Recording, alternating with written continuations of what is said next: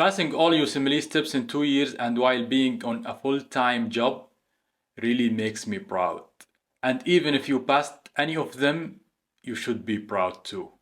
And I think even our grandchildren who have not even born yet have to be proud as well, not only us. Anyhow, for those who are planning to start the journey, I'd like to tell you that it's very doable, but at the same time, it was a very exhausting journey, mentally, physically, financially, whateverly. This is my own English. And if you want to know what are the secrets for the easy pass, watch this video till the end and we will conclude together all the required tips and tricks and resources out of my story. But wait a minute. Before I start telling you, this is a British English, it's not my own English. But wait a minute. Before I start telling you my story, most probably you don't know who I am. I am Muayyad, a proud Saudi board certified urologist aiming to subspecialize in uro-oncology in the States, which is obviously why I decided to take the steps. In December 2022, I graduated from the Saudi Board of Urology and right away I subscribed in the UWorld Step 1 question bank. And from the very beginning, I realized that good planning to this journey is crucial and it's really essential to study smarter rather than harder. Therefore, my strategy was to tackle the most difficult subjects first. So I googled what is the most difficult subject to tackle in step 1. Guess what? Biochemistry genetics, without question. And if you don't agree, please let me know in the comments below what is your most challenging subject and I will tell you what is the best study resource for it. Anyway, I started with biochemistry questions in UWorld as I was 100% convinced it is the most difficult subject. And I was like getting every question wrong. This one I think I get it right by chance. I said, damn, why? This was probably the furthest subject from my current practice. So I reached to a conclusion that solving questions right away and keep getting wrong answers is very discouraging and it will not help me understand the subject despite reading the whole explanations. Which is why I adjusted my study strategy to a YouTube-based lectures and I met this great channel. I strongly believe that this is all you need to ace the biochemistry section in your exam. I think it's obvious that I was lost at the beginning because I was lacking the guidance mainly. The thing that would have saved me a tremendous amount of time, but there was no choice except to try resources and see what fits me the best. That's why I'm making this clip to make it easier for the future exam takers. Afterwards, after I finished this great playlist, I went back doing your question again and I started to get more questions right, which was really encouraging me to move fast and furious. I mean fast and forward. So in conclusion, try to read the topic and understand it very well before jumping to doing MCQs right away. And here please let me stop and focus on this point. Understanding the concepts is really important because this will help you answering so many future questions not only in step 1 but in step 2 and step 3 as well. Eventually, after all this struggle with biochemistry, guess what? I got only around 15 questions in the real exam. And the question that I asked myself, does it worth all that struggle with biochemistry? I don't know, but before you draw your conclusion from what I just said, please note that this might not be necessarily the case in your exam. I mean, you might face more biochemistry questions than I did, but you get the idea. After I finished biochemistry section, I started to be more familiar with the UWorld question style and started to finish around 30 to 40 questions per day, which considered a very good number of questions as I was working daily around 10 to 12 hours despite the 7 on calls per month. I booked my exam on 20th November 2023 after I finished 88% of UWorld with 58 correct questions percentage. 2 weeks before the exam, I started my dedicated period, and yes, I know that the average dedicated period time is around 6 weeks, but yes, 2 weeks were enough for me. And it's really important to know that your performance in the exam will be mostly determined by how good and comprehensive your dedicated period was. This is very, very, very important to keep in mind. Generally, everyone should have his own strategy and points to focus on during this crucial time. But for me, what I focused on was the questions I got wrong, plus my own notes and the things that I believe needs memorization. Also, it's important to tell that I focused on the ethics video from Dirty Medicine channel, and it was a lifesaver. And I watched Randy Neal biostat videos. So in summary, Step 1 exam cost was $985, and the cost for your subscription was $479. My preparation time was 10 months, and I used mainly UWorld question bank and the other resources like Dirty Medicine and Randy Neal's YouTube videos. My dedicated period was 13 days, and I used only UWorld self-assessment 2 as an assessment tool, and in my opinion it was not representative at all. My impression post-exam was like, most probably I will fail this exam. But luckily, I passed. How to excel in this exam? Actually, you don't need to. Just pass. But for whoever is really struggling with some subjects, I recommend that you look it up in YouTube or read it from Mehlman PDFs. My final words regarding Step 1 preparation. I think it's really possible to pass it in around 6 months or even less than that. But by understanding the concepts, you can answer so many future questions, not only in Step 1, but in Step 2 and Step 3 as well. After I passed Step 1, I immediately started my Step 2 preparation in 10th December 2023. And the majority of my prep was using UWorld question bank again, and it was much easier compared to Step 1 preparation, to be honest. I finished 91% of the question bank with the 64% correct answers, and I booked my exam on 25th April after a 10 days dedicated period only. The exam difficulty was almost the same as Step 1, but the worst was the exam being 9 hours. This was very, very, very, very exhausting. One of the things that might have helped me a lot with this regard is doing 40 question block in UWorld. But to be honest, I find it's very difficult to be committed for 1 hour doing 40 consecutive MCQs, particularly that I was using UWorld application in my iPhone across the majority of my prep time. So I was getting easily distracted by all social media, you know. So in summary, booking Step 2 exam cost me $985, and subscription in UWorld question bank cost me $439.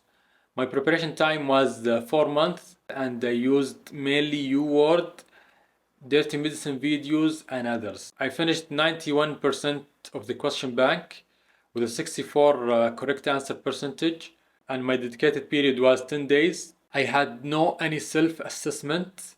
My impression post-exam was like, I don't know if I passed or no, but I wouldn't be surprised if I fail. Luckily, I got the comfortable pass. How to excel in this exam and score more than 250s or even 60s?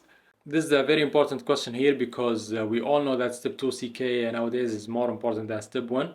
And if I was looking for a high score, I would have repeated all wrong questions plus the flagged questions, which are the questions that I got right with an 100% certainty.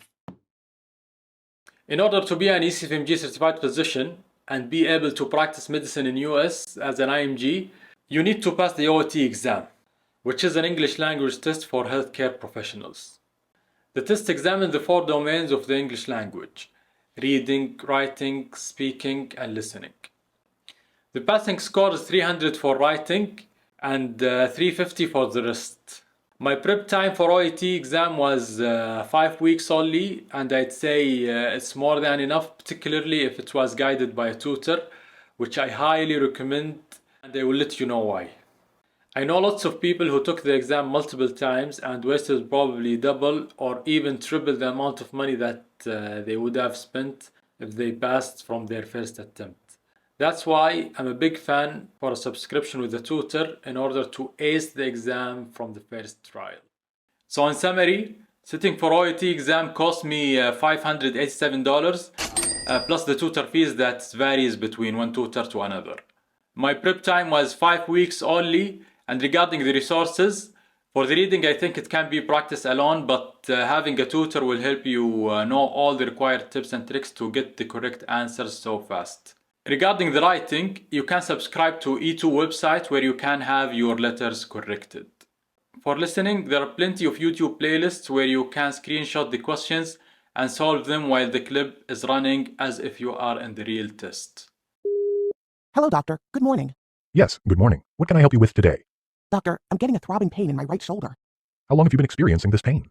For the past 5 months. But the pain has worsened in the last 2 months. The pain aggravates as I'm a regular baseball player that involves throwing. Now I am also participating in... For speaking, it is the easiest to be honest, but please don't underestimate it. And pay attention to play with your voice tone. And maybe it's beneficial to activate your British English here. My impression post-exam was that it was a fair exam, and to be honest, I knew that I passed. How to excel or pass from the first attempt? In my opinion, having a tutor is really important, because by that, you will know so many useful tips and tricks that nobody will let you know about. After OET exam, and in order to sit for step 3 exam, I had to apply for the ECFMG Certificate, which cost me $925, and I received my certificate on 14th August 2024.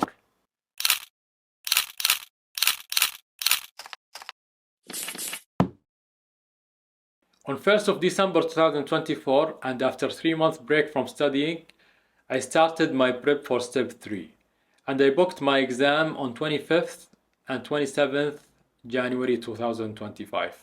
But before I get any further with my experience with step 3, let me explain the exam structure as it differs from step 1 and step 2 in many aspects. First of all, it needs to be taken in the States, which is a big physical and financial challenge. Second of all, it's a 2-day exam with a day 1 composed of 6 blocks of 40 questions, and it tests mainly the step 1 type of knowledge.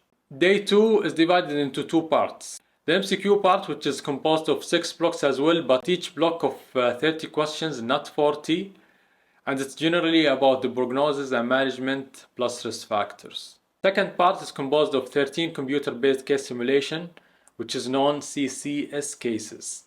Going back to day 1, which was very heavy in basic science questions, particularly pharma and micro. Moreover, it includes so many biostat questions, ethics, and IRB scenarios. For me, it was very difficult with so many long stem questions that made my post-exam feeling like, why do they need to do all this for us? Aren't we done with step 1? Wasn't it enough?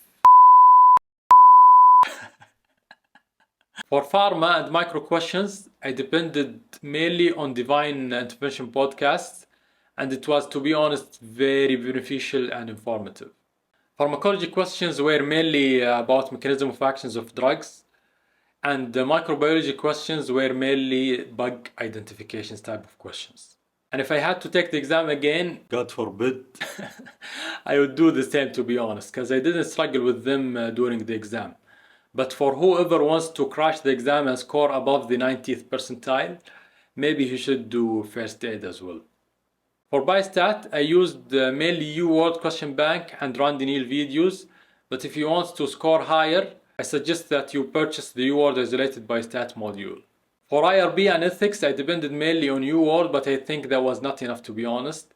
And if I had to take the test again, I would try AMBUS, because I was really struggling with IRB type of questions and ethics during the exam. Day 2 was way better than day 1 for me, particularly the MCQ part, which was mainly about risk factors and prognosis. And one of the best things about day 2 that you will face no any biostat questions or ethics or IRB scenarios.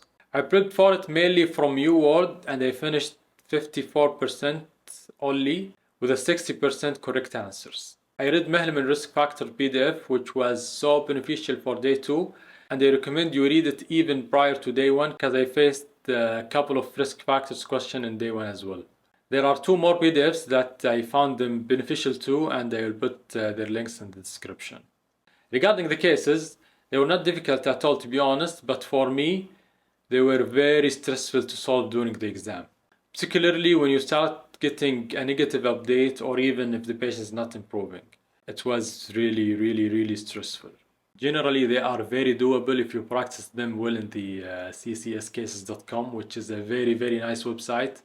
And I highly recommend you do all available cases, as some low yield cases showed up in my exam. But the key is to practice them very well prior to your exam and get used to the software and add your own strategy. My prep technique that I suggest for everybody is to make notes of the points that you missed during solving cases in the website. By this way, you will make it easier for you to go through all cases prior to your day 2. It's also essential to memorize a mnemonic for the orders, and nothing will help you in doing that better than this amazing website. Also, I highly recommend you do the 6 cases in the NBME website, which is very important. Cannot stress more. So in summary, sitting for Step 3 exam costs was $925 and UR subscription costs $429. Regarding the CCS Cases, subscription was by $70 only. My prep time was 6 weeks and the resources I used were mainly UWord, Randy Neal videos for Bystat, Devine intervention postcards for pharmacology and microbiology, plus Mehlman PDFs of the risk factors. I finished 54% of the UWord with a 60% correct answers. My dedicated period was 7 days and I used any self-assessments. My impression post-exam was like I was optimistic with my day 2 performance, but I wouldn't be surprised if I failed because day 1 was an absolute disaster. But fortunately and luckily I passed with a borderline score. How to excel or pass easily in this exam? To be honest, I should have taken the exam more serious and start my preparation earlier and as soon as after Step 2. Plus I would have completed UWord and I should have revised CCS cases very well before day 2 and have enough break for that after day 1. Also, I would suggest doing UWord Bystat module and AMBOSS Ethics and IRB. Towards the end, I strongly believe that this journey can be much easier and way faster with good planning and guidance. This is why from now and at least until June 2025, I will be offering a free 50 minutes consultation time for whoever is planning to take any of the STEP exams. And for whoever interested, please send me an email which you will find in the description, and I will schedule a Zoom meeting in which we will discuss study plan, resources and strategies. And if you like the video, please share it with whoever it may concern. Good luck.